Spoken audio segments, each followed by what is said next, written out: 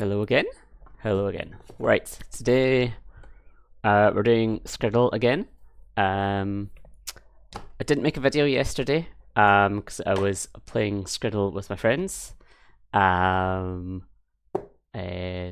Yesterday's was certainly quite fun. You should check out. Well, I guess you can't check it out unless you're subscribed. If you go to was it Scriddle.net? Like, there's a little link. The link in the top corner here. You can send them your email address. Younès is very lovely. You get for I think the rest of December, you'll get one of these in your inbox. I think it's like a limited time puzzle. I think he's doing like a month's worth of them. Because I don't think you could make one of these every day forever. It's not like a Wordle or something like that. There seems to be quite a lot of creative effort into them. Anyway, as before. We don't know the rules of the puzzle. We can interact with this puzzle. It looks like this time we can toggle the squares, but we can't toggle the ones with the numbers in them. As before, we'll make some kind of configuration that we think might be a possible answer, and then we'll click guess, and then it'll tell us which rules we broke. Each rule is color coded. And we'll only discover rules as we break them. We don't know how many rules there are going to be. So yeah, we've not got a lot going on here. We've had so many that have been about adjacency that it still seems like all of these numbers are between 0 and 6, so they could plausibly be the number of shaded cells next to the piece. I guess we can go with that. So like a 4 up here at the edge would need to have all of its cells shaded. The 0 would mean that none of the cells could be shaded. And if none of those cells can be shaded, then these 3 must be shaded. If neither of those 2 cells can be shaded, then these 4 cells must be shaded, because otherwise that's the only way to get 4 around that one. So maybe we'll see what we can fill in using that as rules, and then maybe try and surmise what the other rules might be. We might be wrong about this rule, but we've not really got a lot to go on to begin with, so I think we'll keep doing this. So this 3, this is exactly 3 around it. This 2, we know this one is shaded, but we don't know which. So we know exactly one of these 2 is shaded, but that's not very helpful because we don't have a number over here that shares those. This 2 doesn't really tell us a lot at all. This 4 tells us that there can be only one blank one in. Sorry, no, 2 of these are shaded and 2 of them are not shaded. But again, we don't have any other neighbors around here to tell us more information, so I think we're kind of at the limits of what we can say just by assuming that rule. So we know there must be other rules. I think it's intended that there's only ever a unique solution. I did realize, like, I was looking at some of the earlier ones with my friends, like, there's at least one earlier puzzle that has 2 accepted solutions, or maybe more than 2. So I thought it was supposed to be like a meta rule that there will only ever be a single solution, but it seems that's maybe not the case, or maybe that one was a mistake. I don't know. Let's see. So if there could be a rule that we cannot or that we must have all of our shaded sections connected. Quite a lot of them have been to do with that kind of thing. Like, they must all form one connected bit or not. So one thing we do know is we know that we must have at least 2, maybe at least 3 white partitions. No, at least 3. At least 2, maybe 4. So because we can't make these numbers are clearly unshaded, and we can't change that. So this one's isolated. This one's isolated. This 0 means that we must have at least some white area in here, and we've convinced ourselves that all these must be shaded. So the white is already broken up. The black isn't necessarily broken up, but it might be.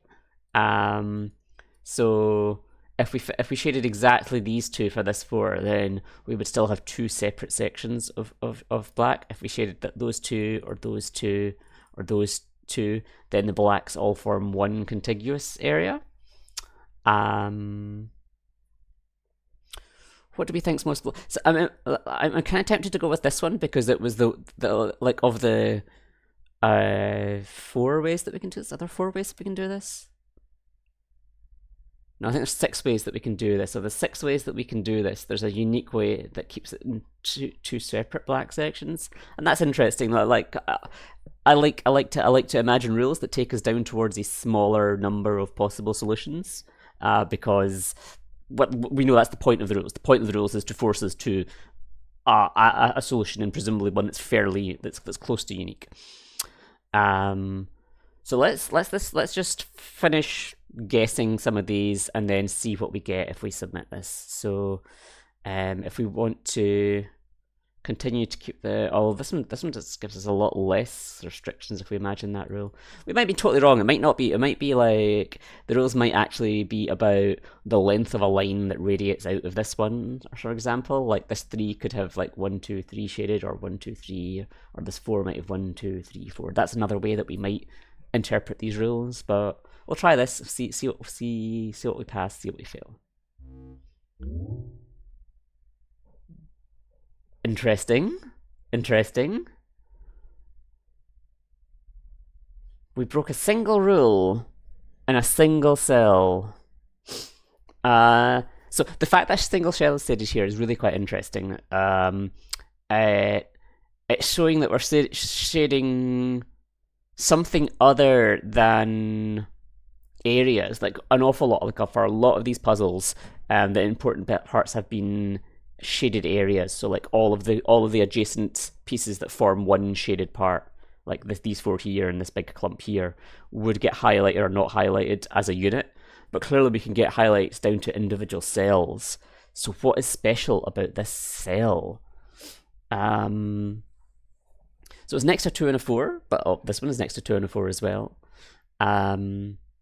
It's got only one other black neighbor, but we've got other ones like here, here.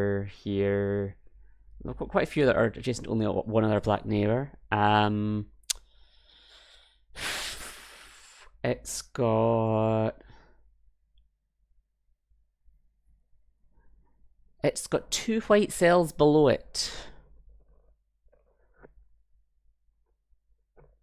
Is a black cell with 2 white cells below it, and I don't think any other black cell meets that criterion.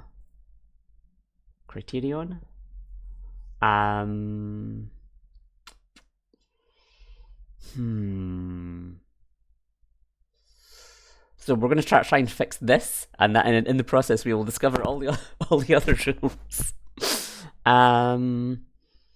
So I mean, we could solve that just by like shading that. Like, oh no, that makes that one break the rule instead. If that's the rule.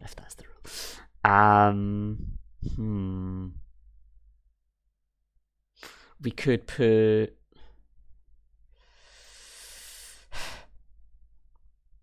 I mean, we could put it there, and maybe we're hoping that the rule is. Oh no, that breaks that too.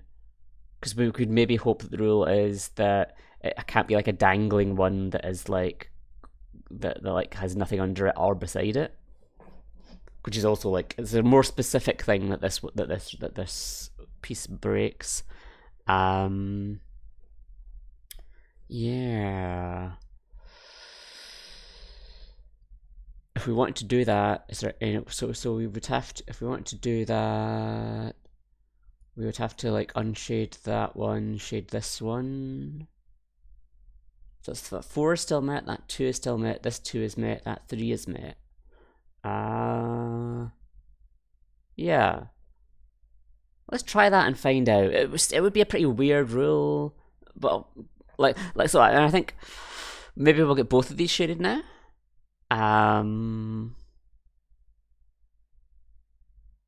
Yeah.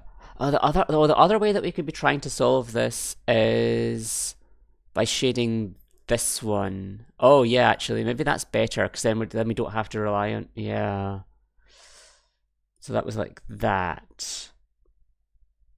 Yeah, because this one's free. This one but then again, this is free as well, and this is free as well. Like we could be doing anything with these, and it wouldn't affect So there must be some other rule that we don't understand, or we've misunderstood that one. This has got 2, this has got 2, this has got 4, this has got 3. Let's try it and see. Easy day! Easy day! What do we think the rules were? Okay, so alright, before we look at the rules, what do we think they might have been? What do we think they might have been? So I think there's definitely a rule that every number must be surrounded by exactly that number of shaded cells, and that might be split into 2 rules because they like to do that to give you a bit of a multiple ways to get at it. So like one of them must be at least 3 shaded cells, and at most 3 shaded cells, at least 4, at most 4. I'm strongly suspecting that there is a rule that all the shaded cells cannot form one contiguous clump. Because then, if you remember, like we had lots of other ways that we could have met that 4, or no, we need to have that for the 3, but that would have made it into one clump. I think from that that single cell there, I think there's a rule that we can't have any shaded cell with 2 unshaded cells below it.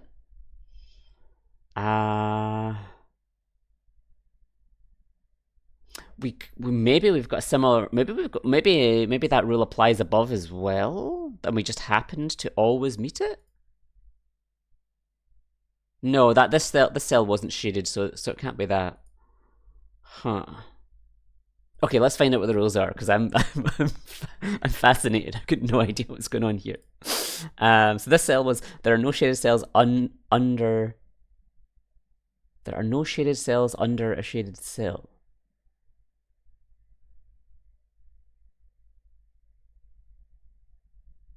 Right. So if that is the case, I'm reading the rule backwards. That's why I'm so confused. Okay, so yeah, we break the rule when the cell has when any shaded cell has no shaded cells under it, like below, like downwards on the page. Okay, so what were the other rules? So I'm going to click on the solved button here, and it will show us what the rules were. However, the color coding for the rules is maybe it'll be different from the order that we've encountered them. Their red rule might not be our red rule. We might have to shuffle them around to find out.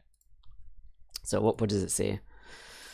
There were 4 rules. Okay, I mean this is a freebie. This is a freebie rule. There need to be shaded cells on the board. Okay, sure.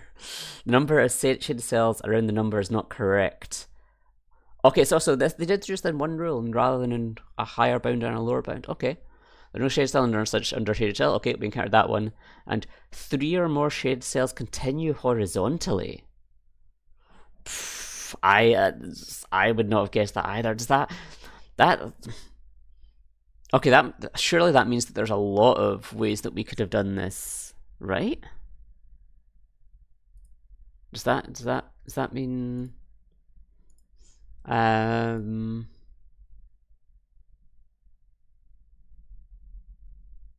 Oh yeah, okay. If we shaded that one, then it wouldn't be horizontal, but it would have nothing underneath it. I guess we were just really lucky. But this freebie one, wait, how was that phrase? Was that in a row horizontal, or is that more than 4 shaded cells in any row, or 4 shaded cells horizontally in a row? 3. Oh wait, 3 or more shaded cells continue horizontally. Oh, it's even. Oh, okay. So we couldn't even have had that then, because that would have been 3 in a row. Oh, okay. Nevertheless, is this not also a valid solution? Like this one, we can switch this on and off. Doesn't make a row of 3 cells. It doesn't introduce a new shaded cell with empty underneath it. Yeah. What happens if we make more guesses after we finished guessing? I'm gonna make sure that I copied my summary in case it messes up my summary. Oh, we need to go back to our correct guess before we do that.